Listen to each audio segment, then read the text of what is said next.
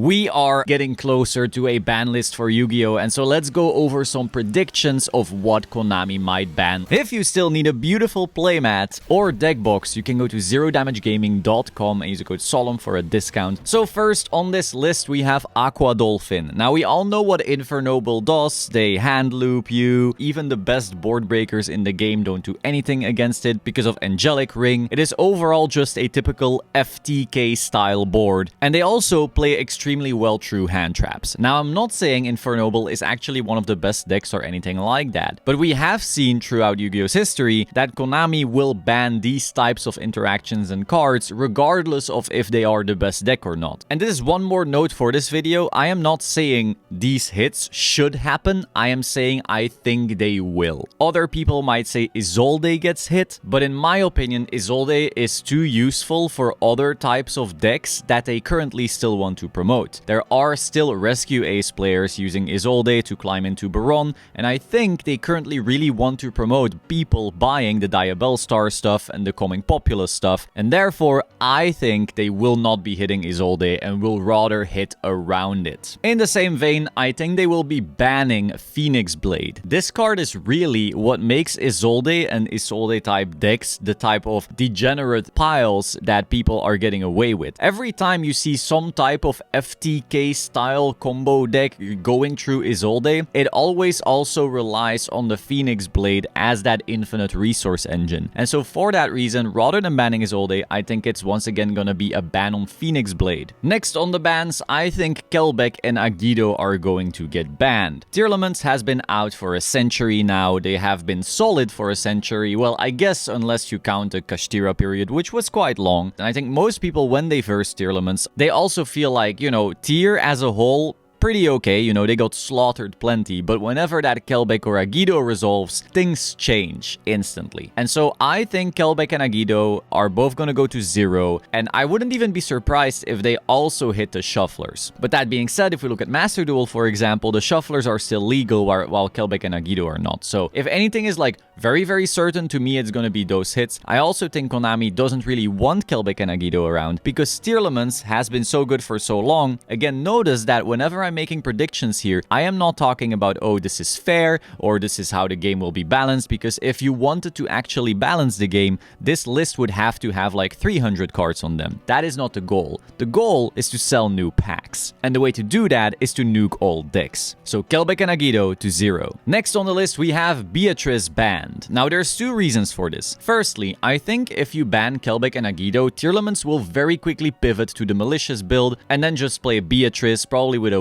Wallow, because when Beatrice hits your board, resolving Wallow is probably going to be Agido or Kelbeck-ish, because you're going to have at least the light, you're probably going to have maybe an Earth from Cross Sheep, maybe another Dark, that's already a mill 3, and so forth. Beyond that, specific mills can be almost just as good as random 5 mills, except for the fact that you don't get information from your opponent. So Beatrice is of course a really powerful card for Tearlaments, and I think their hope is that hitting this along with the Ishizu cards is going to be enough. The second reason, however, is that we are getting Transaction Rollback in January, and this card will basically allow you to sight lock whenever you Beatrice. Of course not literally sight, but the Mayakashi Trap card allows you to basically sight lock your opponent, if not better than sight lock your opponent really, together with Rollback. So one Beatrice is almost an FTK. However, if you're following the logic, maybe they'll keep Beatrice around exactly because Rollback is coming, so this is kind of a coin flip here. Next we have Pot of Prosperity. I think this card is going to go to 1. And the reason for that is, I don't know, this card's broken. I don't know what to tell you. There's actually no reason this should be at 1. This card should just be at 0. They just brought out that pot collection that has a prosperity. I don't think they want to give people the bad feeling of just having bought prosperities and then instantly seeing it go to 0. I think they're fine with gradually phasing it out because the card is extremely broken, and they already got that reprint equity out of the card. They've already, you know, resold it through the tins and so forth. So at this point, they are fine getting rid of it. They just don't want that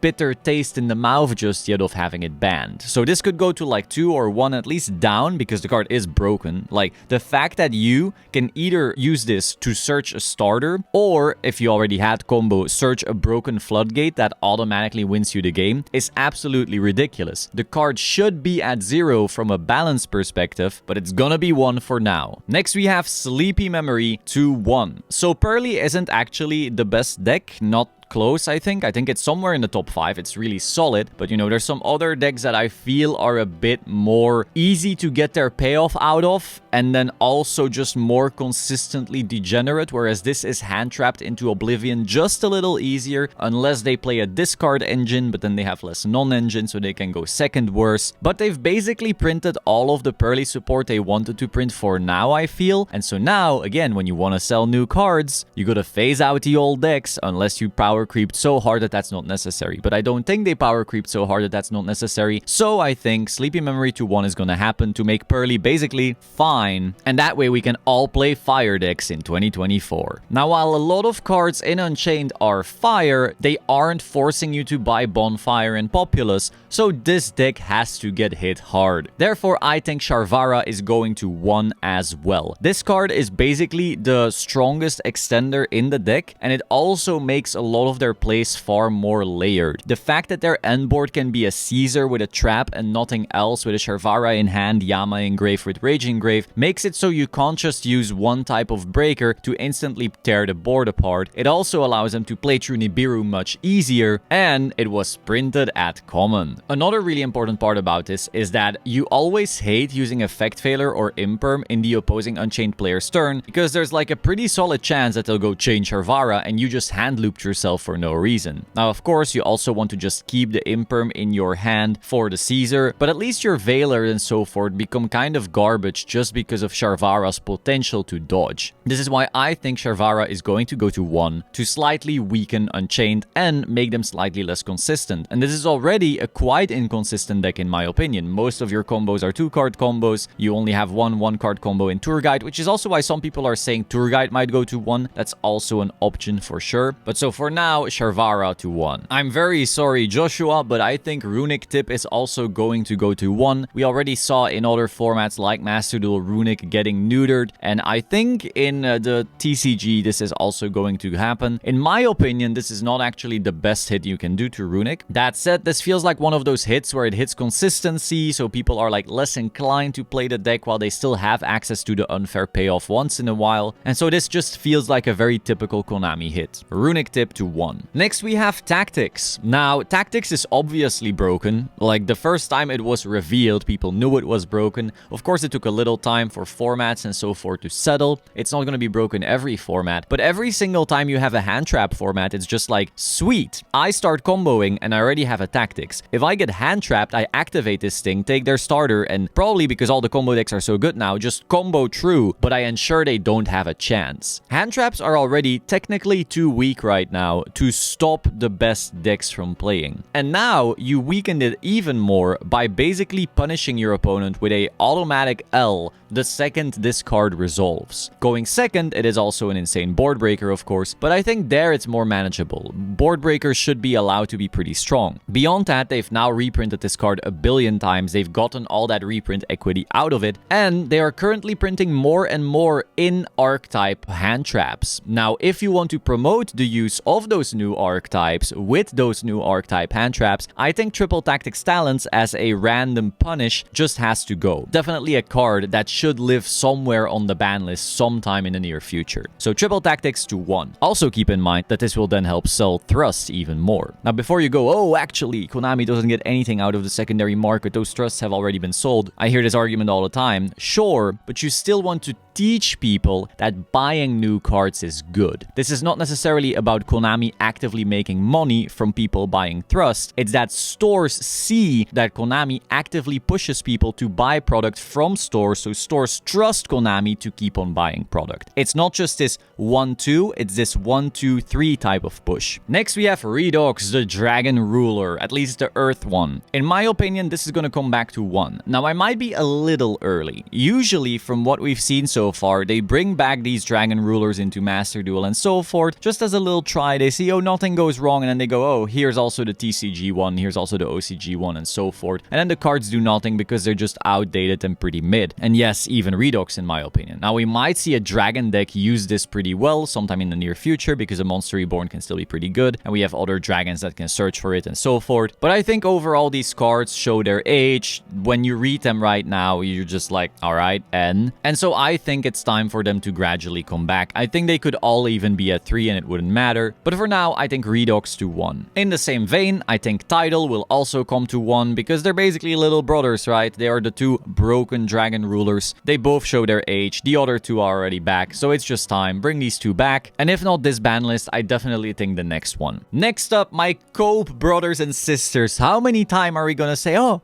Harp is gonna come back. Harp is gonna come back. Surely this time Harp is gonna come back. Okay, I'll say it. Harp is gonna come back. This time for sure, bros.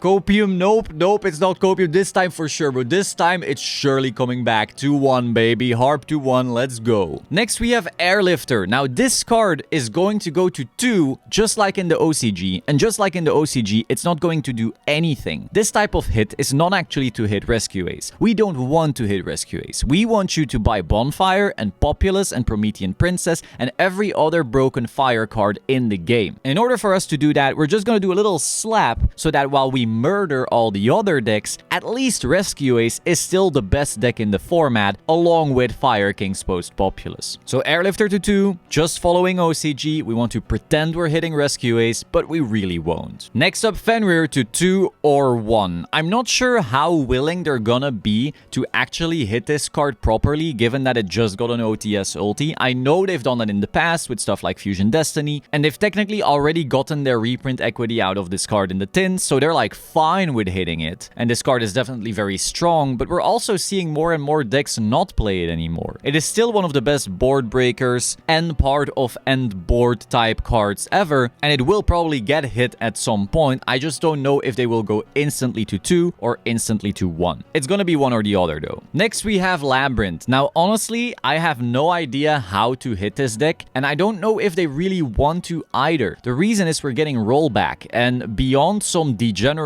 pile that does some Rollback Mayakashi stuff with Beatrice or something like that, really the main way to sell Maze of Millennia, except for of course the Bonfire card, is gonna be that Rollback towards Labyrinth players. So we don't want Labyrinth to die just yet, because again, we gotta sell cards. However, we still gotta pretend that we're hitting the deck, and I think the best way to pretend that is to just slightly hit the consistency by slightly chipping away at some of the furniture. Maybe it's gonna be like a Stovey 2-2 or a Chandelier 2-2, or maybe both, you know, just 2-2. Of course, it's not gonna be fun, but that also means you're more likely to buy more Arias. Another hit I've been seeing is people saying put Big Welcome to 1, and while it is definitely a strong hit to Labyrinth, I just don't think we'll be able to sell Rollback that easily by weakening Labyrinth that much. I've not played Labyrinth quite enough to know how painful Big Welcome at 1 really is. I have played it a fair bit, and I think it hurts too much right now, but if you're a Labyrinth player, let me know in the comments down below. Maybe you have more insight. Next up, we have Reasoning, and basically every other Reasoning-esque card. So Reasoning, Monster Gate, and maybe even Grass. We've got that Infernoid support, and basically Infernoid is not gonna be great without some of those broken spell starters. And Infernoid has a level 1 fire, meaning you want to have Wanted, Diabell Stars, Bonfire, Populous, Promethean Princess maybe even. Every single deck with a level 1 fire needs to be insane. And so we need Infernoid support. So it's gonna be Reasoning or Monster Gate or Grass or a combination just being brought back in some fashion to really help that Infernoid support. Now next we have Calamity. I think Calamity has to be banned. It's like a very toxic card, but the only reason I put it very late into this video is because I'm not sure they will. Centurion has no place beyond this card. Like, yeah, we have the Blazar thing, and oh, we have the Magistus thing or whatever, but even with all that, even with this card legal, Centurion is not really performing. Like, what, did it have 1 top? Maybe 2 at Bologna in a top 64 cut? That's not that much. In regional, sure, here and there, but it's the new deck. It's the latest deck. People didn't even know the cards. A lot of people are playing it because they like playing with new cards, and even then, it's not really converting. I think Centurion is basically tier 2 right now. Centurion is also like the only archetype worth playing from that set, a set that is already not doing well. So are they then also going to nuke its only real win con? I don't think so. Again, if we're just going from the selling sets perspective, I think Calamity is not being hit, but if we want to make the ban list look more like a balancing thing, then maybe Calamity will still be banned because it's just that egregious and toxic. So that is all for today. Hope you found this interesting. This is just my predictions. Again, I'll gladly be wrong. It is very unlikely that I get every single hit right, but this is how I think they tend to think when it comes to hits. Of course, let me know all your thoughts in the comments down below. Be sure to like, comment, subscribe, and if you still need a beautiful playmat, you can go to zerodamagegaming.com and use the code SOLEMN for a discount. I will see you soon. Ciao.